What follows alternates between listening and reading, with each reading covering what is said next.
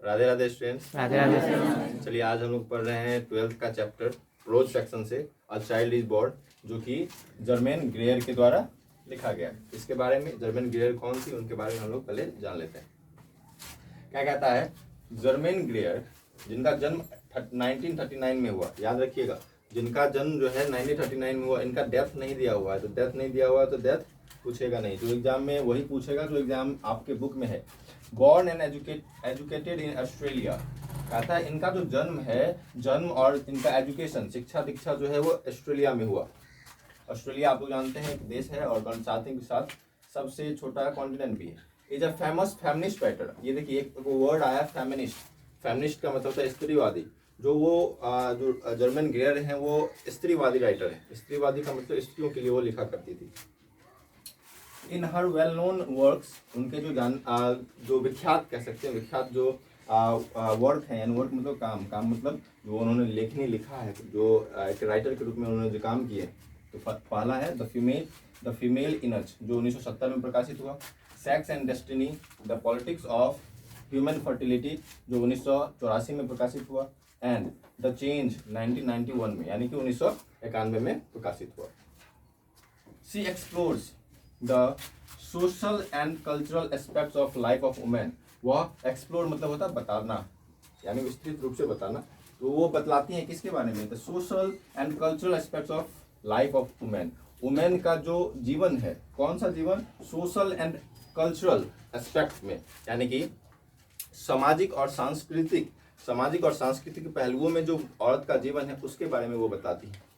मतलब समाज में कैसा उनका जीवन चल रहा है, किस तरह से वो वेस्टर्न कल्चर में कैसा औरत के साथ हुआ था, या फिर क्या कहते हैं ईस्टर्न कल्चर, हम लोग ईस्ट में आते हैं तो ईस्टर्न कल्चर में क्या हो रहा है, उसके बारे में वो बातें करती है।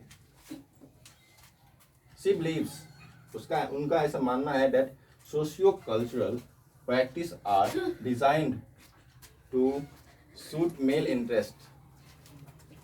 कहता है सोशियो कल्चर जो है, मतलब कि उनका ऐसा मानना है जो सोशियो कल्चर है, जो सामाजिक जो सांस्कृतिक जो नियम बनाए गए हैं वो मेल इंटरेस्ट से बनाए गए। मेल इंटरेस्ट का मतलब क्या होता है आप लोगों को पता होगा। मेल इंटरेस्ट का मतलब आप लोग शुरू से जानते हैं कि हमारा जो देश है, हमारा not only our country but also the foreign country, कि मतलब उस समय में से भी क्या हो रहा था कि जो कोई भी देश जो था वो पुरुष प्रधान है, और हमारा समाज भी जो है पुरुष प्रधान। तो ऐसा क्या कहते हैं, सी बिलीव्स, उनका मानना है कि सोशियो कल्चर सामाजिक सांस्कृतिक जो नियम बनाए गए वो मेल इंटरेस्ट को देखकर बनाए गए, यानी कि वो क्या कहते हैं पुरुष के लिए ज़्यादा सुटेबल है। जबकि वहीं आगे कहती हैं एट द सेम टाइम, और उसी समय दे फर्दर सब्जुगेट वुमेन, वो वुमेन को क्या करते हैं, अपने अधीन करते हैं, यानी उन्हें दबाने का प्रयास करते हैं। कौन, ये जो हमारा समाज है। द प्रेजेंट पीस, अभी जो हम लोग पढ़ने जा रहे हैं, a child is born is an extract, ये क्या है, एक सारा अंश है, एक अंश मतलब कह सकता हूँ, from her book sex and destiny the politics of human fertility. उन्हीं की एक किताब है sex and destiny the politics of human fertility, उसमें से लिया गया एक छोटा सा अंश है जो आज हम लोग अ चाइल्ड इज बॉर्न पढ़ रहे हैं। इस चाइल्ड इज बॉर्न में हम लोग पढ़ेंगे कि कैसे तरह से वेस्टर्न कल्चर में बच्चे का जन्म होता है और ईस्टर्न कल्चर में बच्चे का जन्म होता है, उसमें क्या क्या असमानताएं, क्या क्या असमानताएं, उसके बारे में हम लोग पढ़ेंगे। मतलब सीधा सीधा कह लो, अब मदर एंड चाइल्ड के लिए जो संबंध है उन दोनों के बीच, उसके बारे में हम लोग पढ़ेंगे इस चैप्टर में।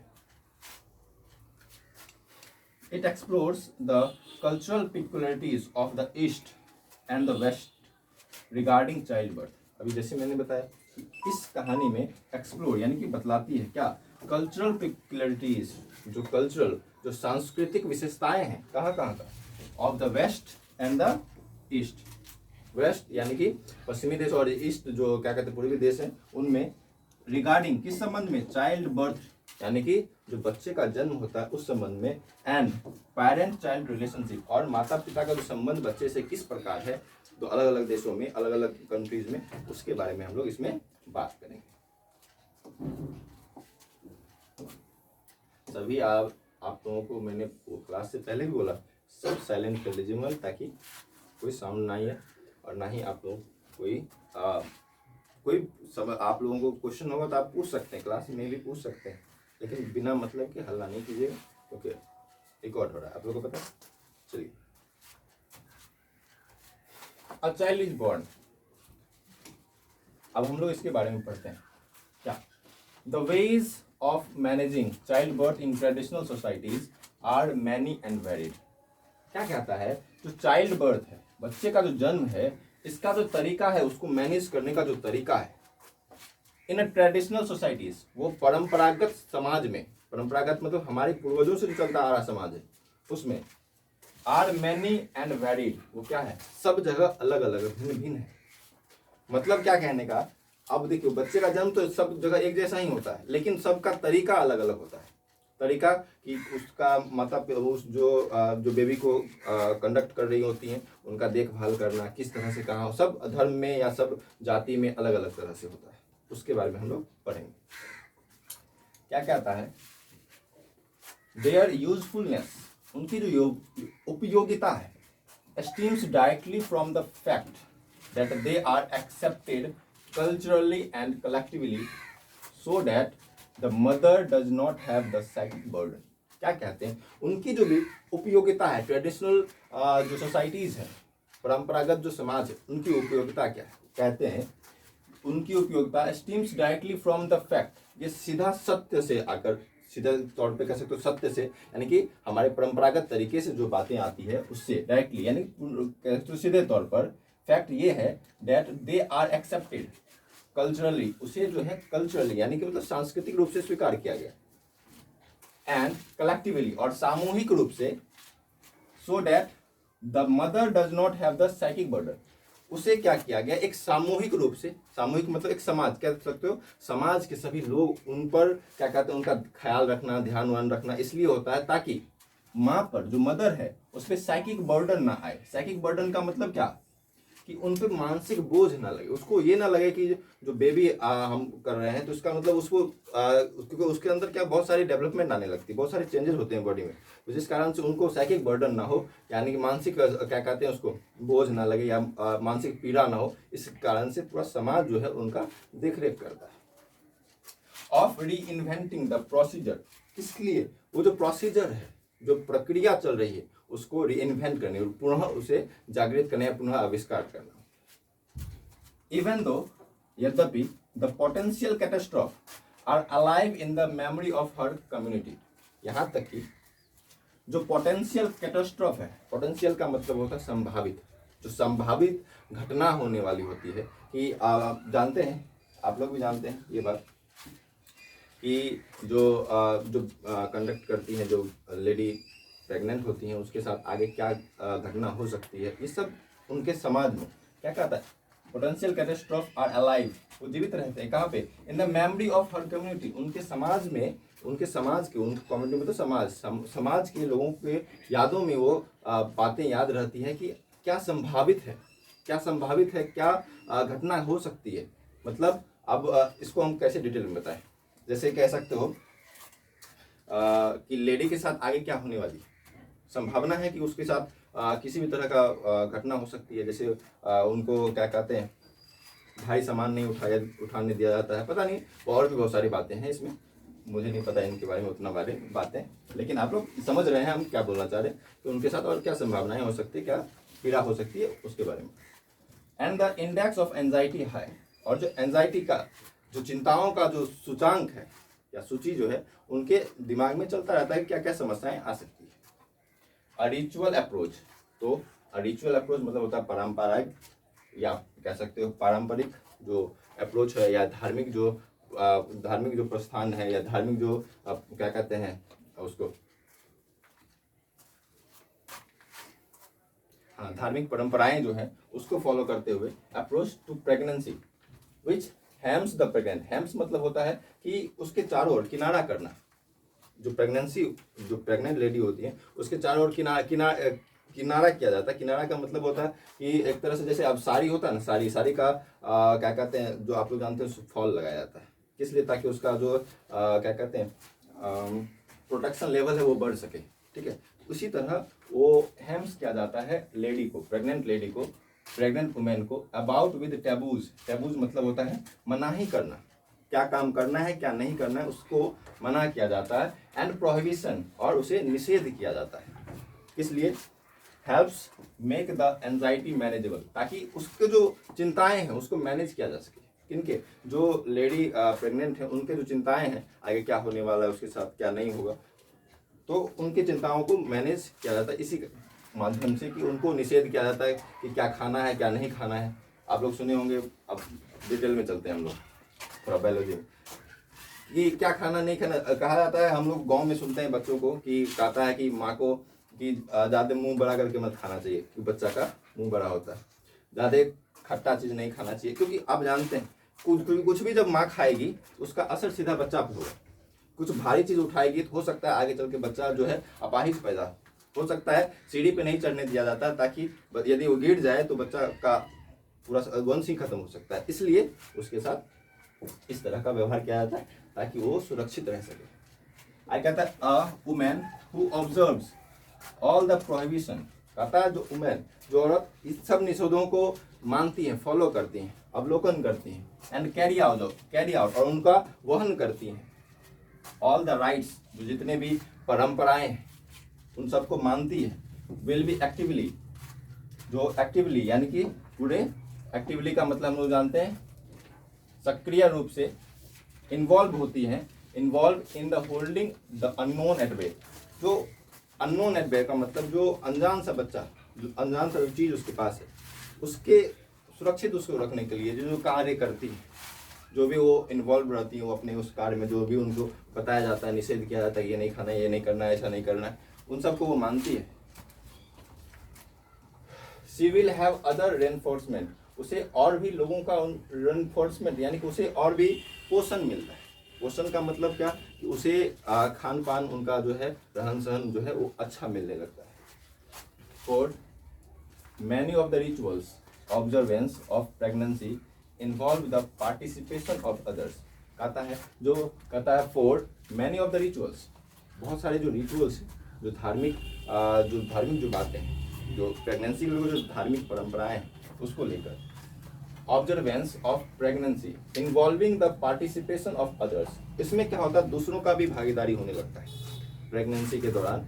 अब उस लेडी के जीवन में दूसरे का भी भागीदारी होने लगता है। अब क्या होता है वही समझते हैं। हु शुड सपोर्ट हर, जो उनका क्या करते हैं, उन्हें सहारा देते हैं। प्राइमरीली हर हस्बैंड, सबसे प्रमुख होता है उसका पति।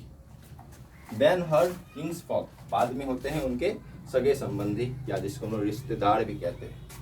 And then the other members of her community, और उसके बाद होते हैं उस समाज में जो लोग, जिस समाज की लेडी हैं, उनके जो समाज में जो लोग हैं वो भी उनका ख्याल रखते हैं। Some of these behaviour will be sensible and useful, कहता है ये जो बिहेवियर है, ये जो क्या व्यवहार है वो क्या है, सेंसिबल है, संवेदनशील है, एंड यूजफुल, और उपयोगी है। आगे कहते हैं अदर्स मैजिकल, और कहो तो कहीं किसी किसी के लिए तो जादू ही हो जाता है। जादू का मतलब कह सकते हो कि उनको फिर जो क्या कहते हैं डिलीवरी के टाइम में उतना प्रॉब्लम समस्या होती ही नहीं, क्योंकि आजकल हम लोग जानते हैं कि डॉक्टर पास जाने का मतलब है, मेडिकल मतलब हॉस्पिटल जाने का मतलब है सीजर वाला होता है, मतलब कि वो ऑपरेशन करके ही करेगा। तो उसी को पहले ट्रेडिशनल लोग कैसे करते थे, घर पे होता था, घर पे बेबी होता था, वो पारंपरिक रूप से होता था, या फिर कह सकते हो बिना कोई क्या कहते हैं, बिना कोई काट उठ का नॉर्मली डिलीवरी होता था। लेकिन अब यदि आप चले जाइए, कोई यदि जाता है तो वहाँ पे सीधा सीधा ऑपरेशन का ही बोलता है, क्योंकि उसको कमाना है पैसा। चलिए आगे बढ़ते हैं। कहता है but they will all increase her sense of security, लेकिन इनका क्या काम है, वो क्या करते हैं, उनके सिक्योरिटी को यानी कि उसकी सुरक्षा का जो सेंस है, संवेदनशील या उसका जो भाव है उसको क्या करता है, बढ़ाता है। ये सब लोग मिलकर क्या कर रहे हैं, उस प्रेग्नेंट लेडी, जो भी प्रेग्नेंट लेडी है उसकी सुरक्षा को बढ़ाने का काम कर रहे हैं। And her conviction that she is conducting the pregnancy, और इसको उनको इस बात को स्वीकार कराना होता है कि आप जो है क्या कहते हैं, जो लेडी हैं वो जो है क्या कर रहे हैं, प्रेग्नेंट है, वो प्रेगनेंसी को धारण की हुई है। Not that it is conducting her, ना कि वो बच्चा उस क्या कहते हैं प्रेगनेंसी को धारण कर किया हुआ। मतलब ऐसा नहीं कि बच्चा, बात यहाँ पे क्या है कि आप अपने अनुसार चलिए, आप अपने अनुसार बच्चे को चलाइए, ना कि बच्चे के अनुसार आप चलिए। उसका ये कहने का मतलब the remnants of this kind of prophylaxis कहता है इस प्रकार का रेमेनेंट ऑफ दिस जो सूची होता है इस काइंड यानी इस प्रकार के जो प्रोफिलैक्सिस है, प्रोफिलैक्सिस का मतलब होता है रोग रोहन। रोग रोहन समझते हो, यानी रोग आने से पहले उसका निवारण कर देना। Can be found in the persistence of old wives tales. ये कहाँ पे मिल सकता है? जो पुरानी जो लेडी हैं जो पहले प्रेग्नेंट हो चुकी हैं उसके कहानियों में देखने को मिलता है। अबाउट प्रेगनेंसी, इसके बारे में, प्रेगनेंसी के बारे में, even in our own supernatural, super rational and confuse life style. ये जो हमारा अलौकिक जो कंफ्यूज लाइफ स्टाइल है, जो हमारा जो जीवन जिसमें जो जीवन जीने का जो तरीका है वो कंफ्यूज लाइफ स्टाइल हम लोग जी रहे हैं, उसमें वो ओल्ड वाइफ्स का जो योगदान होता है वो उनके टेल्स में, टेल्स मतलब कहानी, उनके कहानियों में ये बातें होती है कि उस वो भी एक समय में प्रेग्नेंट रही होंगी, उनके साथ क्या समस्याएं होंगी, उनका समाधान, उनको उनका देख रेख करने के लिए वही ओल्ड वाइफ्स जो होती हैं कहानियां बताती कैसे कैसे करना होता है। फिर आगे कहते हैं one university graduate of my acquaintance, एक मेरे परिचित की, एक्वेंटेंस मतलब परिचित, मेरे परिचित की एक ग्रेजुएट लेडी हैं जो यूनिवर्सिटी में पढ़ा करती थी, हु अप्रोच हर प्रेगनेंसी, वो भी प्रेग्नेंट थी, वो भी एक बार प्रेग्नेंट हुई, एज इफ मानो जैसे it were her term assignment. वो क्या की, वो ऐसे उस अपने उस प्रेगनेंसी को एक असाइनमेंट के रूप में ले ली। असाइनमेंट समझते हो आप लोग पढ़ते हैं तो आप लोग कॉलेज में कहते हैं असाइनमेंट बना के देने के लिए, एक तरह से कह लो कि उनके लिए कार्य हो गया ये असाइनमेंट। मेटाकुलसली फुट नोटिंग, वो क्या करती थी चमत्कारी रूप से, कह लो मेटाकुलसली का मतलब चमत्कारी रूप से, फुट नोटिंग, वो हर एक चीज को उसके शरीर में क्या बदलाव हुआ है, एवरी डेवलपमेंट, प्रत्येक जो बदलाव हुआ है उसके शरीर में जो विकास हुआ है वो सबको वो फुट नोटिंग करती थी। यानी कि फुट नोटिंग मतलब वो उसे लिखती थी एकदम क्या क्या शरीर में, क्योंकि प्रेग्नेंट होने के बाद जो लेडी होती है उसके शरीर में बहुत सारे बदलाव होते हैं, अचानक से बदलाव होते हैं। तो ये प्रॉपर ये जो कहानी हम लोग आज पढ़ रहे हैं ये उन लेडियों के लिए है जो पहली बार हो रहा है, जिनका प्रेगनेंसी पहली बार, उनको तो पता नहीं है क्या हुआ, अचानक उनके शरीर में बदलाव होता है, तो उसके वो क्या कही तो उसको नोट कर रही थी। Clung to her prenatal, prenatal मतलब जन्म से पूर्व, जन्म से पूर्व वो चिपकी रही किससे, exercises as form of ritual observance. कहता है कि इस तरह का जो अभ्यास, एक्सरसाइज मतलब समझ लो अभ्यास करना, अभ्यास मतलब क्या, वो एक्सरसाइज जो शारीरिक व्यायाम जो करते हैं, exercise as form of ritual observance, ritual में यानी कि जो पारंपरिक जो रिचुअल धार्मिक जो ऑब्जर्वेंस है यानी कि जो अवलोकन है उसमें ऐसा कहा गया एक्सरसाइज करने, यानी प्रीनेटल जन्म से पूर्व जो है माताओं को जो है एक्सरसाइज करने के लिए, एक्सरसाइज मतलब व्यायाम करने के लिए, as well as helpful preparation for the physical exploit of the child birth. इसका क्या, ये उतना ही ज्यादा हेल्पफुल है, हेल्पफुल प्रिपरेशन है, ये कह सकते हो कि मददगार तैयारी है, किस लिए, for the physical exploitation of the child birth. जब चाइल्ड बर्थ होता है, जब बच्चे का जन्म होता है उसमें जो शरीर को कह सकते हो बहुत सारे ब्लड का लॉस होता है, उससे तैयार किया जाता है उस क्या कहते हैं एक्सरसाइज से, यानी कि प्रीनेटल एक्सरसाइज अलग आता है कि वो डॉक्टर सब, अब जाओ डॉक्टर सब बताता है प्रीनेटल एक्सरसाइज कैसे करवाया जाता है, ठीक। तो जिससे क्या होता है ना, पहले के समय में लोग, आप लोग सुने होंगे या आप लोग तो नहीं सुने, गांव में जो रहा होगा वो जानता होगा, सुना भी होगा कि कहती थी माताएं, जो बूढ़ी माताएं होती थी वो कहती थी कि झुक के झाड़ू देने के लिए, मतलब काम करते रहने के लिए, जो प्रेग्नेंट लेडी हो ऐसा नहीं आराम करो, जो लेडी आराम करती हैं उन्हीं का सिजरेशन होता है, मतलब पेट काट के बेबी को निकाला जाता है। जो काम करते रहती हैं, काम मतलब हार्ड काम नहीं करना लेकिन काम करते रहना, उसका नॉर्मल रिव्यू। एक मिनट के लिए रुकिएगा, खाने पीने दीजिए मुझे, बहुत गर्मी है। एक तरह से कह लो तो जो चैप्टर पढ़ रहे हो आप लोग एक तरह से बायोलॉजी है, ठीक है, उसी के बारे में हम लोग पढ़ रहे हैं, ठीक है। Performing them in deep silence, उसे एकदम पूरे डीप साइलेंस, एकदम मूक रूप से वो उसे, मतलब जैसे कहा गया उसे वो कर रही हैं। And total recollection at the same time, और वुडन रूपेन कह सकते हो कि उसको रिकलेक्शन का मतलब होता है याद करना। एक ही समय में उसको क्या करती, दोहराती थी। रिकलेक्शन मतलब दोहराना, उसे उसी समय में at the same time every day, प्रत्येक दिन उसे वो क्या करती थी, दोहराती थी। कम हेल और हाई वाटर, कम है और हाई वाटर एक फ्रेज है, ठीक है, जिसका मतलब होता है उचित तरीके से, ठीक है, एक फ्रेज। एज वेल एज उसी प्रकार she observe the old diehard superstition that acquiring equipment and apparel for baby before child birth was bad luck. कहता, और उसने ये भी अवलोकन किया कि ऐसा माना जाता है, ऐसा कहा जाता है कि ओल्ड डाइहार्ड का मतलब पुराना कहावत है। क्या कहावत है? और ऑल डाइहार्ड सुपरस्टिशन मतलब अंधविश्वास, सुपरस्टिशन मतलब अंधविश्वास। वो अंधविश्वास ये है कि बच्चे के जन्म से पहले उसके लिए कोई खिलौना खरीदना, कोई कपड़ा खरीदना वो बैड लक होता है, ऐसा कहा जाता है। जन्म से पहले नहीं खरीदना चाहिए। आजकल के समाज में अभी भी चल रहा है, ऐसा नहीं चल रहा है। And so one of my God children shot into the world without crib और नैपकिन। क्योंकि ऐसा इसलिए कहा जाता है क्योंकि जो बच्चा जन्म होता है, गॉड चिल्ड्रन का मतलब उसे धर्मपुत्र होता है, लेकिन ऐसा नहीं, मतलब जो बच्चे का जन्म होता है, क्योंकि वो बिना किसी इस दुनिया में जो आता है बिना किसी क्रीब और नैपकिन के, बिना कोई कपड़ा के और बिना कोई पालना के। क्रीब मतलब पालना होता है जिसपे बच्चे को चलाया जाता है। वो जब बिना कपड़े का आता है तो उसके लिए पहले से हम खरीद के क्यों रखें, इसलिए उसको कहता है bad luck mark. Considerable effort, मानने योग्य जो इफोर्ट है, जो कार्य है, had gone into seeing that the mother had every opportunity to enjoy her baby। यानी कि उसको जो मदर है उसको हर वो संभव मौका दिया जाता है ताकि वो जो बच्चा बेबी उनके पास है उसको एंजॉय कर सके। But after her training for unmedicated child birth, लेकिन उनको जो अनमेडिकेटेड चाइल्ड बर्थ के लिए ट्रेनिंग दिया जाता है, अनमेडिकेटेड चाइल्ड बर्थ का मतलब क्या हो, बिना कोई औषधि का कह सकते हो, या बिना कोई अस्पताल जाए हुए जो चाइल्ड बर्थ होता है उसके लिए उसको तैयार किया जाता है फॉर मंथ्स, महीनों तक। In the event the hospital refuse to believe, और जिसे ऐसा किया जाता है, देखो क्या है ना आज के दौर में कि मॉडर्न युग जो आ गया है, तो जैसे ही प्रेग्नेंट हुआ तो हर महीना में क्या होता है डॉक्टर के पास जाना होता है।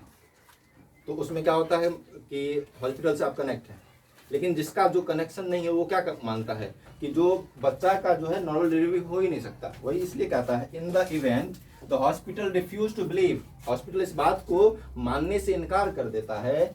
She was in second stage labour, कि वो सेकेंड स्टेज लेबर में है। सेकेंड स्टेज लेबर का मतलब क्या कि जो है लेबर क्या होता है ना, लेबर मतलब यहाँ लेबर नहीं, वो मजदूर वाला लेबर नहीं, लेबर पेन होता है, ठीक है। लेबर पेन जो आप लोग बायोलॉजी पढ़ते हैं जानते होंगे, लेबर पेन मतलब जो वो बच्चे होने वक्त जो दर्द होता है उसको लेबर पेन कहते हैं। Until her daughters had appeared, उनका वो कहते हैं कि ये सेकेंड स्टेज लेबर में नहीं हो सकता जब तक कि बच्चे का सर बाहर ना दिखे, ऐसा माना जाता है। मतलब वो क्या कहते हैं हॉस्पिटल ऐसा कहता है, इस बात को मानने से साफ इनकार कर देता है, जब तक कि बच्चे का सर नहीं दिखेगा तब तक हम इस बात को नहीं मान सकते। The hospital staff was so uncooperative, कहता हॉस्पिटल स्टाफ जो होता है वो बहुत ही अनकोऑपरेटिव होता है। कोऑपरेटिव का मतलब सहयोग करना, जैसे अन लग गया तो क्या हो गया असहयोगिता, वो सहयोग नहीं करता है। किस बात पर सहयोग नहीं करता है? About breast feeding that mother and daughter discharge themselves after 2 days, किस बात पर सहयोग नहीं करता? अबाउट ब्रेस्ट फीडिंग, वो कहता है कि उनका मतलब हॉस्पिटल का ऐसा मानना है कि बच्चे को जन्म के बाद तुरंत दूध नहीं पिलाना चाहिए माँ। वो कहता है कि हम जो दूध के लिए प्रिस्क्रिप्शन दिए हैं मार्केट से लाइए वो बच्चे को पिलाइए, लेकिन ऐसा नहीं होता है।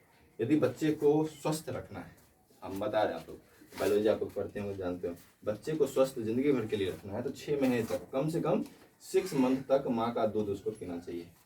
यदि नहीं तो वही बच्चा आगे चल के उसको कोई बीमारी, बहुत भयानक बीमारी, नपुंसकता या फिर बहुत सारी चीजें उनमें हो जाती है। और फिर कहता है that mother and daughter discharge, daughter हो सकता है या फिर कोई भी हो सकता है बच्चा, डिस्चार्ज देमसेल्व्स आफ्टर 2 days, 2 दिन के बाद हॉस्पिटल से उसका डिस्चार्ज कर दिया जाता है। This birth was virtually unattended, ये जो बर्थ है इस तरह का जो बर्थ हुआ यानी हॉस्पिटल में जो बर्थ हुआ वो अनअटेंडेड था। अनअटेंडेड मतलब कह सकते हो कि बहुत नया था, नया का मतलब क्या कि जो जो पहले क्या होता ट्रेडिशनल तरीके से होता था, अब पहली बार कहाँ पे हुआ, हॉस्पिटल में, तो उसके लिए वो क्या था, नया था। इन नॉन टेक्नोक्रेटिक सोसाइटी, कहता है नॉन टेक्नोक्रेटिक सोसाइटी, मतलब एक ऐसा समाज जहां पे तकनीकी कुछ नहीं, एक्सेप्ट फॉर रिमार्केबल एक्सीडेंट, जहां तक कि उल्लेखनीय, कहता है केवल उन बातों को छोड़कर, कौन जो उल्लेखनीय एक्सीडेंट है, मतलब कोई कोई जो एक्सीडेंट है, एक्सीडेंट मतलब क्या कि जो कोई घटना घट चुका है जहाँ पे क्या कहते हैं टेक्नोलॉजी कुछ नहीं, तकनीकी नहीं है, वहाँ पे जो घटना घटा हुआ यानी कि बच्चा माँ का डेथ हो गया, उसको छोड़कर बर्थ इज ऑलवेज अटेंडेंट, वहाँ पे बर्थ जो है हमेशा एकदम नॉर्मल डिलीवरी से ही करवाया जाता है। कौन, ट्रेडिशनल समाज में, क्योंकि वो तकनीकी रूप से तो सक्षम नहीं है, तो वहाँ पे कह सकते हो कि माँ और जो चाइल्ड है उसका मृत्यु दर ज़्यादा होता है गाँव में। कहता है क्लियरली, सीधे सीधे या साफ तौर पर, infant and mother mortality is greater in traditional birth, बात वही अभी जो हम बताएं वही है।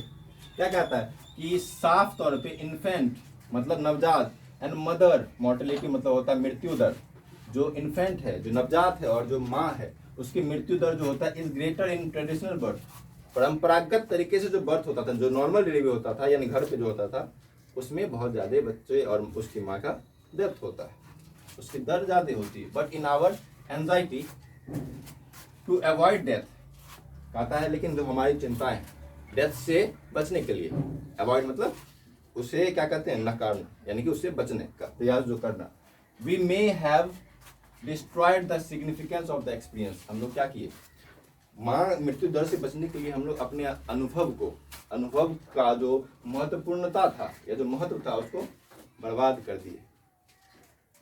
For the vast majority who live, किस लिए, जो वास्ट मेजोरिटी है यानी कि बहुत बड़ी संख्या में जो लोग हैं जो रहते हैं, उसके मृत्यु दर को कम करने के लिए हम क्या किए, अनुभव को बर्बाद कर दिए। देखो किसी मायने में ट्रेडिशनल बर्थ भी बहुत अच्छा है और किसी मायने में ट्रेडिशनल बर्थ खराब भी, खराब बस एक ही तरीके से है कि मृत्यु दर ज़्यादा है, लेकिन ट्रेडिशनल बर्थ ही ज़्यादा बेस्ट होता है, क्योंकि इसमें क्या होता है कि मदर को, जो माँ है, उसको सिजरेशन नहीं होता, मतलब कि काट छाट नहीं होता, पेट उट नहीं काटा जाता, उसको कभी दिक्कत नहीं होता है फिर, ठीक है। लेकिन क्या कहते वही नॉर्मल बर्थ हो जाए तो बहुत ही अच्छा होता है उसका शरीर, उनको आगे चल के कोई भी समस्या नहीं, कोई भी किसी तरह का बीमारी या कुछ भी नहीं होता।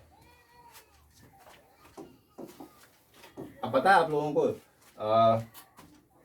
ब्रेस्ट कैंसर होता है, लेडी को बहुत ही अधिक होता है, इसका कारण पता है क्या है, इसका एक ही कारण है और वो कारण बच्चे को दूध ना पिलाना, इसी कारण से ब्रेस्ट कैंसर होता है।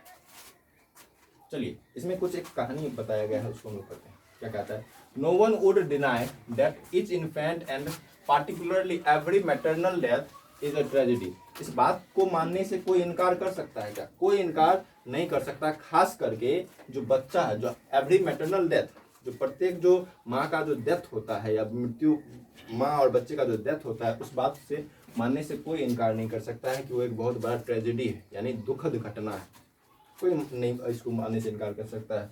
टू बी प्रिवेंट, उससे बचने के लिए, इफ एट ऑल पॉसिबल, किसी भी तरह, किसी भी मतलब हर संभव तरीके से उससे बचने के लिए, नॉट दैट मॉडर्न ऑब्स्ट्रिक केयर, कहता है नॉट दैट मॉडर्न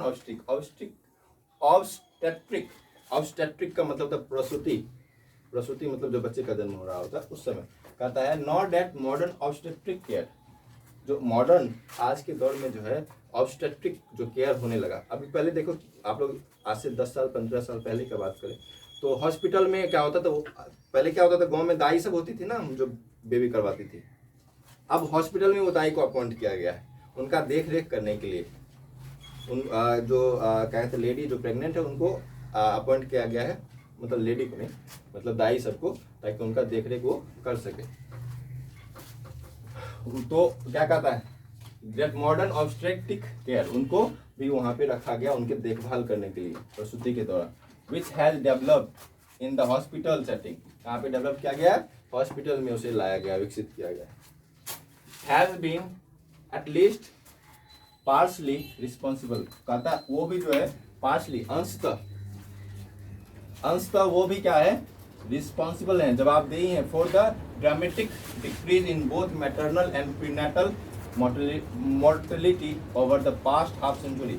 यानी कि पास्ट हाफ सेंचुरी मतलब 50 सालों से, लगभग पीछे 50 सालों से कहता है वो जो डिक्रीज हो रहा है, इसका मदर और इन्फेंट का जो मृत्यु दर है वो डिक्रीज हो रहा है, उसमें सबसे कहीं ना कहीं कह सकते हो सबसे बड़ा योगदान जो है उन्हीं ऑब्स्टेट्रिक जो केयर है यानी कि जो दाई है उनका है।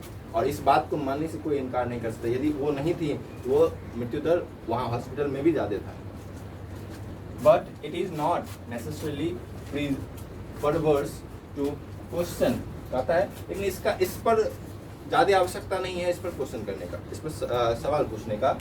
Weather our present priority should be to reach minimum figures, लेकिन अभी भी हमारा जो प्रेजेंट वर्तमान में जो प्रायोरिटी होना चाहिए, प्राथमिकता होना चाहिए, हम लोग को मिनिमम से मिनिमम फिगर तक पहुंचना है, यानी कम से कम दर तक हमें पहुंचना है।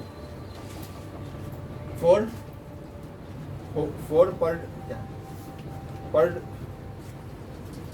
परिनेटल यहाँ होना चाहिए प्रीनेटल मोर्टेलिटी, यहाँ होना चाहिए प्रीनेटल यानी कि जन्म से पूर्व जो माता और क्या कहते हैं बेबी का जो डेथ होता है उसका जो मोर्टेलिटी है, मृत्यु दर है, एट एनी प्राइस, किसी भी कीमत पे हमें कम से कम यानी मिनिमम फिगर तक पहुंचना है, कम से कम दर तक पहुंचना है। When this includes giving up things which free human beings have often felt to be more important than their own survival। अब देखो यहाँ इस लाइन में इस ध्यान से सुनना क्या कहता है कि जब माँ होती है, माँ जो है, माँ को जब बेबी कंडक्ट कर रही होती है, उसको अब क्या होता है ना, उस समय में अपने जान से ज़्यादा अपने उस बच्चे का फिक्र होता है, अपने सर्वाइवल को छोड़कर। यानी यदि ऐसा कंडीशन आ जाए कि बच्चे और माँ में से किसी एक को चुनना पड़े तो एक माँ जो है अपने बच्चे को चुनती है, इसलिए कहता है कि मेरे बच्चे को बचा लीजिए, हम चले गए तो कोई बात नहीं। लेकिन एक्चुअल एक फैक्ट क्या होना चाहिए और सच्चाई क्या होना चाहिए?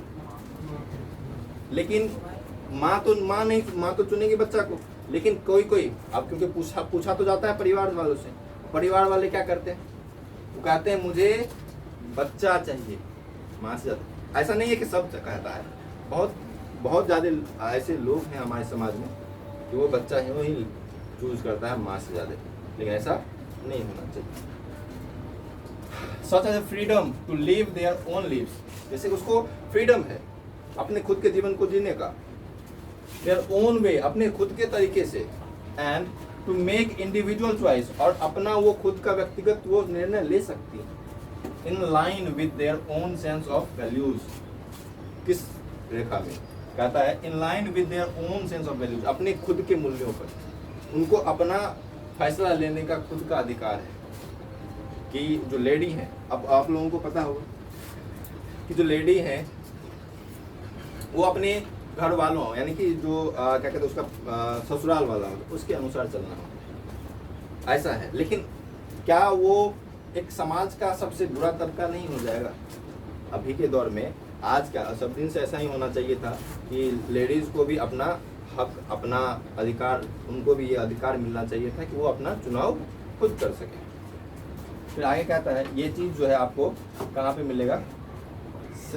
सेला एंड जॉन डेविस, ये क्या कहते हैं राइटर हैं, the place of birth London 1978 में, ये किताब का नाम है। उसके पेज नंबर पता नहीं, पेज नंबर इसमें नहीं दिया, उसमें आप लोगों को ये लाइन देखने को मिलेगा, वहाँ से ये लिख लिए। 4 नंबर क्या कहता है? कहता है in many societies women still go forth from their mothers house at marriage to live with the mother-in-law and the wives of their husband's brother। बहुत सारे समाज में क्या, सब समाज में यही होता है कि जो लड़की का शादी हुआ उसे अपने पति के साथ अपना घर छोड़कर, अपनी माँ का घर छोड़कर अपने पति के साथ ससुराल जाना पड़ता है, और उसे क्या कहते हैं मदर इन लॉ यानी सास के साथ, ससुर के साथ, उसके भाई की पत्नी के साथ भी पत्नी के साथ रहना पड़ता है, जिसको लोग अपने लोग की भाषा में गोतनी कहते हैं, उसके साथ रहना पड़ता है। फिर कहता है इट इज ट्यूरिज्म मतलब होता है परम सत्य, ठीक है, ये सत्य है, सिद्ध सत्य है, ऑफ एंथ्रोपोलॉजी, मानव विज्ञान। एंथ्रोपोलॉजी मतलब मानव विज्ञान, that such women do not become member of their new family until they have become a child. देखो मानव विज्ञान में ऐसा कहा गया है, मतलब कहा नहीं गया है, ऐसा माना जा रहा है। क्या माना जाता है कि जब तक उस लेडी को उस घर का सदस्य तब तक नहीं माना जाता जब तक वो एक बच्चे ना दे दें। ऐसा कह रही है कि जब तक वो एक बच्चा मतलब कि उस घर का एक चिराग ना दे दे, कहते हैं चिराग ना दे दे, तब तक उसे उस घर का सदस्य नहीं माना जाता। If we consider that such societies the marriage was quite likely to have been arranged, और इस तरह का जो मैरिज होता है, शादी होता है, कैसे तो पूरी तरह से कह लो जिस तरह का शादी होगा वो अरेंज किया जाता है, अरेंज मैरिज होता है। ऐसा समाज जो होता है, इट इज अंडरस्टेबल, ये समझने योग्य बात है, that the bride too longs for the child who will stand in their same intimate relationship to her as she with her own mother। क्या कहता है, ये समझने योग्य बातें हैं। जो ब्राइड है, ब्राइड मतलब जो दुल्हन है, जो गई है उसके घर, टू उसे भी longs for the child who will stand in their same intimate relationship, कहता है जो उसके घर में जो बच्चे हैं उसके साथ भी उसे उसी तरह का संबंध रखना पड़ता है जैसे एक माँ का उसके साथ होता है। मतलब जैसे मान लो गई उसके यहाँ, तो उसके मान लो कि उसके बड़े भाई का पत्नी में बड़े भाई को बेटा बेटी है, तो उसका देखभाल भी वो वैसे ही करेंगी जैसे उसकी माँ करती है। इस तरह का संबंध होता है। There on mother, the western interpretation on of such modes मतलब परंपरा, is that they are backward, और ऐसा माना जाता है वेस्टर्न में कि जो लोग इस तरह को बातों को फॉलो करते हैं, जो वेस्टर्न में माना जाता है कि वो बैकवर्ड होते हैं। बैकवर्ड समझते हो, नीचे जाति के लोग होते हैं, यानी नीचे तबके के लोग होते हैं। इन बातों को जो मानती हैं, इन तरह के समाज में जो रहती हैं, क्रूएल होता है, क्रूर होता है, एंड रॉन्ग और गलत है, उस लड़की के साथ गलत हो रहा है। It is assumed that the sexual relationship between the spouses are perfectionary। ऐसा माना जाता है, ऐसा कहा जाता है, ऐसा अम्यूज किया, ऐसा माना जाता है जो सेक्सुअल रिलेशनशिप है स्पाउस मतलब पति पत्नी के बीच, वो परफेक्शनरी है। परफेक्शनरी का मतलब होता है बिना रुचि के साथ रहना, मतलब उसमें कोई उसको इंटरेस्ट नहीं फिर भी साथ रह रहा है एक परंपरा के कारण। अरेंज मैरिज हुआ है, अरेंज मैरिज देखो, अब इस पर हम एक बात बोलेंगे, अब किसी को बुरा लगे किसी को अच्छा लगे, फैक्ट है। ओशो ने क्या कहा, ओशो आप लोग सुने होंगे, बहुत बड़े क्या कहते हैं मनोवैज्ञानिक थे, कह सकते हैं, बहुत बड़े इन्फ्लुएंसर थे जो नहीं है, उनका ऐसा मानना है। वो उन्होंने क्या कहा कि जो शादी अरेंज मैरिज होता है जिससे आप पहले से नहीं जानते हैं, वो एक तरह से कह लो कि वो शादी नहीं, एक तरह से शादी के बाद वो एक तरह से वो लड़की का रेप हो रहा है, क्योंकि वो अपने साथ नहीं, उसके साथ नहीं है वो, क्योंकि जिससे वो प्रेम करती है उसके साथ नहीं, तो वो फिर एक तरह से उसका रेप हो रहा है, ऐसा वो कहते हैं। चलिए आगे बढ़ते हैं हम लोग। वही बात यहाँ पे कहा रहा है, एंड एक्सप्लोटेटिव, और ये क्या हो रहा है, एक्सप्लोटेटिव मतलब एक्सप्लोटेटिव उसका शोषण हो रहा है। And that all mother in laws are unjust, और जो सभी माँ जो मदर इन लॉ यानी जो सॉस होती है, सॉस समझते हो, वो समोसा में खाने वाला सॉस नहीं, सास जिसको कहते हो, सास जो होती है अनजस्ट होती है एंड विंडिक्टिव होती है। अनजस्ट का और विंडिक्टिव का मतलब होता है, कह सकते हो अन्यायपूर्ण, अनजस्ट मतलब अन्यायपूर्ण, और विंडिक्टिव का मतलब होता है कष्ट पहुंचाने वाला। ऐसा कहा जाता है, यहाँ पे ऑल लिखा हुआ है, और सभी सास ऐसी होती हैं, लेकिन ऐसा है नहीं। देखो ताली एक तरफ से एक हाथ से नहीं बजता है, दोनों तरफ से। जिस तरह से वैसा व्यवहार कर रही है उसी तरह, यदि जो लड़की अपने सास को अपनी माँ समझेगी, वो भी सास जो है अपनी पत्नी मतलब बहू को बेटी समझेगी। जो पत्नी मतलब जो लेडी जो है अपने सास को सास समझेगी, वो भी उसको बहू समझेगी, सीधी सी बात।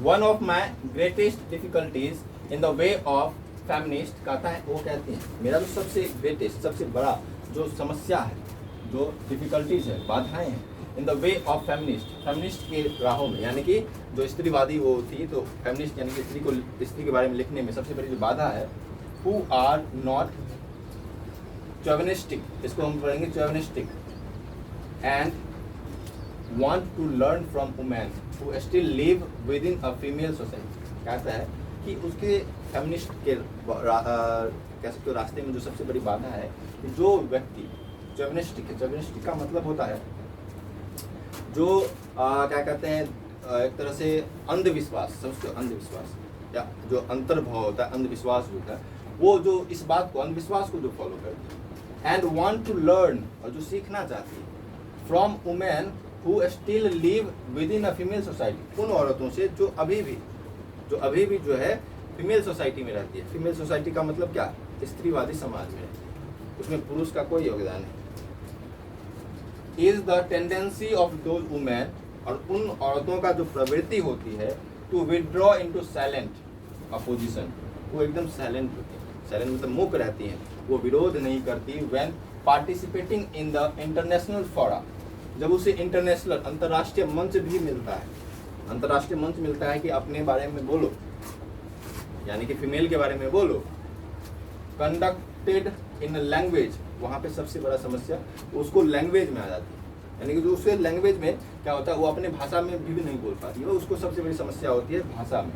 विच they can not speak with fluency, क्यों? क्योंकि वो जिस भाषा को जानती है, अब इंटरनेशनल फोरा उसको मिला हुआ है, इंटरनेशनल मंच मिला हुआ है, वहाँ इंग्लिश चलता है, अपना भाषा जानती है, वो बोलती ही नहीं, वो मूक रहती है। Women official of the Sudanese, कहते हैं सूडान देश है, सूडान का जो वुमेन ऑफिशियल है, यानी कि औरत जो वहाँ पे कार्य करती है, गवर्नमेंट यानी सूडान गवर्नमेंट के ऑफिशियल जो है वुमेन ऑफिशियल, टोल्ड मी, उन्होंने मुझे कहा, that they had given up, उन्होंने छोड़ दिया, गोइंग टू इंटरनेशनल कॉन्फ्रेंस, कहाँ पे? अंतर्राष्ट्रीय सम्मेलन में जाने से उन्होंने मना कर दिया, वो नहीं गए। Even though the trip was a ट्रेमेंडस treat, यहाँ तक कि जो ट्रिप था, वो जो इंटरनेशनल जो कॉन्फ्रेंस में जो उसको जो ट्रिप था, जाने में उसको हर वो सुख सुविधाएं दी जाती है जो एक मर्द को मिलता है, सब कुछ, खाना पीना, मतलब ट्रेमेंडस कह सकते हो, एकदम अद्भुत सा सब कुछ ट्रीट उसको मिलता है। ट्रीट मतलब खाने पीने से संबंधित होता है, सब कुछ मिलता है, फिर भी वो छोड़ दी। और यहाँ तक कि उसको मंच भी दिया गया बोलने के लिए, फिर भी वो नहीं बोल रही। अबाउट देयर ओन लिव्स, अपने खुद के जीवन के बारे में, इंस्टेड ऑफ बीइंग कंसल्टेड, जहाँ तक कि जो इसके बजाय वो क्या करते हैं, कंसल्ट करते हैं, यानी कि विचार विमर्श करके रह जाते हैं। वो अपना बातों को कहीं पे बोल ही नहीं पाते, बोलना ही नहीं चाहती, बोलेंगे तभी ना मिलेगा हक। अब बोला जा रहा है तो हक मिल रहा है कि नहीं? अब हर नौकरी में 50% आरक्षण, अभी जस्ट आया है तुम लोग को दरोगा, क्या कहते हैं, बिहार SSC वाला 12,000 सीट है, उसमें 6,000 सीधा लड़कियों का 6,000 50% आरक्षण, चाहे किसी भी कैटेगरी से, उससे फर्क ही नहीं पड़ता। अब सब कुछ में आरक्षण लड़कियों को मिल रहा है। पता है तुम लोग को, पीजी करने पर, पीजी यदि कर लो 1 लाख रुपए लड़की को मिलता है, लड़का को कुछ नहीं। लड़कियों को ग्रेजुएशन कर लो, पढ़ने के लिए कितना उत्साह करवाया जा रहा है, ग्रेजुएशन कर लो, तुमको फर्स्ट डिवीजन करो 50,000, सेकेंड 25,000, लड़का को 5,000 नहीं, क्योंकि घर के सभी लोग जो लड़का को पढ़ाते हैं, लड़कियों को नहीं पढ़ाते, इसलिए वो प्रोत्साहन राशि दिया जाता है। और 12th करोगे 25,000, फर्स्ट डिवीजन 25,000, सीधा वापस। लड़का को फिर भी कुछ नहीं, लड़का को केवल और केवल 10th में मिलता है 10,000। चलिए आगे बढ़ते हैं हम लोग। तो लड़कियों के साथ ऐसा नहीं है कि बुरा बर्ताव रहा है। देखो एक्चुअली आप लोग क्या सती प्रथा का नाम सुने हैं? क्या होता है? जो पति मर जाता था उसकी पत्नी को इसमें जला दिया जाता था। एक्चुअल में ये नहीं था। एक्चुअल था क्या पता है? सती प्रथा में क्या, जो पति मर जाती थी जिसके, वो पत्नी जो है वो भगवान के चरणों में चली जाती थी, वो एक सती बन जाती थी, और वो पूरा गांव में उसको लोग एक तरह से भगवान की तरह उसको पूजता था। वो था एक्चुअल सती प्रथा, जिसे लोग चेंज करके, जब अंग्रेज आए उसको चेंज करके ऐसा कर दिए, पति मरा उसको भी डाल दो। ये सती प्रथा, तो सती का हम लोग सुने हैं, भगवान माता सती का नाम क्यों कहा जाता था सती प्रथा? इसीलिए। अब उसको क्या किया गया? चेंज कर दिया। तब जो है क्या कहते हैं उसको खत्म कर, विलियम बेटिंग के द्वारा राजा राममोहन राय के कहने पर जो है खत्म किया गया कोलकाता में। चलिए आगे बढ़ते हैं। Thus we in the West would regard as it as outrageous that a woman could lose her own name and become known as the mother of her firstborn. क्या कहती हैं? वो कहती हैं कि thus इसलिए we in the West हम लोग पश्चिमी देशों में would regard वो इसे मानते हैं, क्या मानते हैं? इट आउटरेजियस मतलब पुराना, या कह सकते हो आउटरेजियस मतलब होता है कि पारंपरिक जो चलता है पुराना चीज, ठीक है, एकदम बेढंगा चीज, वो ऐसा मानती है, यानी उसे नकारती हैं। कौन? डॉरोथी सॉरी जर्मन ग्रेयर जो है उसको नकारती हैं, आउटरेजियस मानती हैं, उसे नकारती हैं। That women could lose her name, own name, औरत जो है अपना नाम खो देती है। कब? And become known as the mother of her first born. सुने वो गाँव में कहता है ना, फलना की माँ चिलना की माँ, कहते हैं ना। जैसे अब मान लो गाँव में जाओ, बोलेगा गाँव में जैसे मान लो मेरी मम्मी थी, तो गाँव में गाँव के लोग बोलते हैं मेरी मम्मी को सोनू की माँ। मेरी मम्मी का नाम जो है वो नाम से नहीं जानेंगे, वो उसकी माँ के नाम से जानेंगे। तो अपना नाम खुद का पहचान खो दी ना, इसको वो आउटरेजियस मानते थे। कौन? जर्मन ग्रेयर। क्यों मानते थे? क्योंकि उसमें अपना नाम वो खो दी ना, जो लेडी है अपना नाम खो दी, तो फिर अपना पहचान ही जब खो देना तो फिर अस्तित्व क्या रहा आपका? Once she has borne it, although of course most of us do not protest against the sinking of the woman's lineage under her husband's name. क्या कहती हैं? ध्यान सुनना ये भी line. Once she has born, एक बार जब बच्चे का जन्म हो गया, it, although हालांकि of course वास्तव में मोस्ट ऑफ अस हम में से अधिकतर डू नॉट प्रोटेस्ट अगेंस्ट, हम में से अधिकतर इसके विरुद्ध बात ही नहीं करते। वो हम में से अधिकतर मतलब और लेडी के बारे में बोल रही है, हम में से अधिकतर उसका विरोध ही नहीं करते। The sinking of the women's lineage, क्योंकि वुमेन औरत का जो लिनेज है, उसका जो क्या कहते हैं गौरव है, उसका जो इज्जत कह सकते, गौरव इज्जत जो है वो डूब रहा है, उसका विरुद्ध। अंडर हर हस्बैंड्स नेम, वो किसके नाम के नीचे अब आ जाती है? एट मैरिज, शादी के बाद किसके नाम से, किसके नाम के नीचे आ जाती है? अपने पति के नाम से। उसका विरोध ही नहीं करते हैं, जिस कारण से वो अभी भी भोग रहे हैं। इन मैनी ट्रेडिशनल सोसाइटी, बहुत सारे पारंपरिक या परंपरागत समाज में the relationship between mother and child, जो रिलेशनशिप है, जो संबंध है बच्चे और माँ का, is more important than the relationship, वो ज़्यादा इम्पोर्टेंट है, ज़्यादा महत्वपूर्ण है than the relationship between husband and wife, यानी कि पति पत्नी से भी ज़्यादा जो क्या कहते हैं गहरा संबंध जो है माता और बच्चे का होता है बहुत सारे परंपरागत समाज में। इन सम इंडीड, और कहता कुछ ऐसे कुछ समाज में वास्तव में, the child's relationship with the rest of his family, जो चाइल्ड का बच्चे का जो संबंध है बाद बाकी जो बच्चे सदस्य हैं उससे, परिवार के बाद बाकी सदस्य जो बच्चे हैं उससे, इज एज इम्पोर्टेंट और even more important then either, कह सकते वो उतना ही ज़्यादा उपयोगी होता है, या फिर कह सकते उससे ज़्यादा भी, या फिर उसे ज़्यादा भी उपयोगी होता है बाद बाकी सदस्यों से उनका संबंध, उस बच्चे का संबंध माँ से भी ज़्यादा हो सकता है किसी किसी समाज में।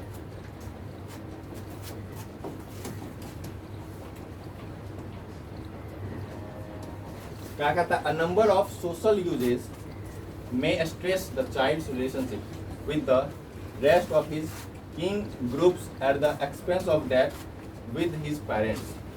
क्या कहता है सुनिएगा। A number of social uses may stress, बहुत सारे, एक बड़ी संख्या में कह सकते हो, जो सोशल, जो सामाजिक उपयोगिता may stress the child's relationship, हो सकता है वो बच्चे का जो संबंध है उस पर स्ट्रेस, स्ट्रेस मतलब आप लोग समझते हैं क्या होता है? स्ट्रेस मतलब कह सकते हो किसी पर तनाव आ जाना। With the rest of his किन ग्रुप, उसका जो किन ग्रुप है, किन ग्रुप का मतलब क्या कि अब आप लोगों का किंग्स फॉक पढ़ाए थे शुरुआत में, रिश्तेदार से उस बच्चे का संबंध क्या होता है? तनावपूर्ण होता है। बहुत सारे कुछ कह सकते अधिकतर क्या कहते हैं फैमिलीज में, at the expense of that with his parents, किस पर? उसके माता पिता से, कह सकते हो उसके माता पिता, बच्चे का जो संबंध है अपने माता पिता से उससे भी ज़्यादा कह सकते हो कि तनावपूर्ण हो जाता है, क्या कहते हैं उसके फैमिली के अदर मेंबर से। His aunts and uncles may be permitted greater physical intimacy with him in public than in parents. समझो यहाँ पे बात, ऐसे समाज में, ऐसे परिवारों में क्या होता है, जो उसके आंट और आंटी होंगे, चाचा चाची होंगे, जब बहुत बड़ा भीड़ हो पब्लिक में, पब्लिक मतलब क्या, कोई फंक्शन वंक्शन हो रहा है या फिर आप घर में नहीं है पब्लिक में है, तब क्या होता है कि उसके माता पिता से ज़्यादा प्यार जो है उस बच्चे को उसके चाचा चाची करते हैं। वो अलग बात है, वो दिखाने के लिए करते हैं, ठीक है, लेकिन यही सत्य है, वो करते जरूर है। लोगों को दिखाएंगे हम कितना प्यार करते हैं इस बच्चे से, लेकिन एक्चुअल फैक्ट क्या है, वो दिखावा करते हैं। ऐसा नहीं है कि सब दिखावा ही करते, कुछ कुछ करते भी हैं, कुछ नहीं भी करते। In many traditional societies in Africa and India, the biological family is deliberately weakened. क्या कहता है, बहुत सारे ट्रेडिशनल सोसाइटीज, परंपरागत समाज इन अफ्रीका और इंडिया और अफ्रीका के परंपरागत समाज में द बायोलॉजिकल फैमिली, जो बायोलॉजिकल फैमिली कह सकते हो, जो जैविक जो परिवार होता है, जैविक, एक होता है बायोलॉजिकल फैमिली और एक होता है पता नहीं क्या बोलते हैं उसको, ठीक है। बायोलॉजिकल फैमिली मतलब कि माता पिता से ही बच्चे का जन्म हुआ है, और एक होता है जो अदर फैमिली होता है, उसमें क्या होता है, बाप कोई और माँ कोई और, या फिर बाप कोई और फिर शादी दूसरे से, वो अलग फैमिली होता है। एक होता है बायोलॉजिकल फैमिली, वो होता है, ठीक है। ये खासकर वेस्टर्न कल्चर में होता है, हमारे कल्चर में नहीं होता, वेस्टर्न कल्चर में। तो फिर कहता है फैमिली इज डेलिबरेटली, जानबूझकर उसे वीकेंड किया जाता है, मतलब कमजोर किया जाता है, बाय इनफोर्स्ड एब्स्टिनेंस और एक्चुअल सेपरेशन ऑफ पेरेंट्स। उसे कह सकते हो जबरदस्ती उसे अपने माता पिता से अलग कर दिया जाता है, सेपरेट कर दिया जाता है। इसलिए in order to strengthen the extended family, ताकि वो जो एक्सटेंडेड जो फैल रहा है परिवार, उसमें मजबूती लाने के लिए। Thus, इसीलिए children are not born at the whim of the parents, इसलिए जो बच्चे होते हैं वो अपने माता पिता के छत्र छाया में नहीं बढ़ते हैं, उनका जो डेवलपमेंट होता है वो अपने माता पिता के छत्र छाया में नहीं होता है, but in the response to a broader pressure from the whole group. अब क्या कहना है उनका, वो क्या कहते हैं इसमें, कहते हैं कि यहाँ पे विम का मतलब होता है अनचाहा, कह सकते हो माता पिता का अनचाहा तरीका, मतलब वो माता पिता नहीं चाह रहे हैं कि बच्चा हो, अभी वो इस बात के लिए तैयार नहीं है। अभी मान लो किसी का शादी हुआ, वो अभी नहीं चाह रहे हैं कि 1-2 साल बेबी हो, लेकिन उस पूरा परिवार का आसपास के लोग का प्रेशर होता है कि नहीं, हमको नाना बनना है, हमको दादा बनना है, इसको बाप नहीं बनना है लेकिन उसको नाना दादा बनना है, वो प्रेशर होता है, इस कारण से भी 1-2 आ जाता है। चलिए ये बात को जो है एक कथी में लिखा हुआ है, इसमें पेज नंबर 5-6 में चैप्टर का rationally of high fertility and investigation illustrated with the Nigerian survey data. Nigerian survey data है, उसमें पॉपुलेशन स्टडीज, उसका वॉल्यूम 331 पेज नंबर 1 1976 में प्रकाशित हुआ था। पेज नंबर 5-6 में ये देखने को मिलेगा। वो आप किताब निकाल के पढ़ना, उसको पढ़ने का मन होगा। चलिए आगे बढ़ते हैं, थोड़ा सा हम पानी पी लेते हैं। आज इसको खत्म करना है।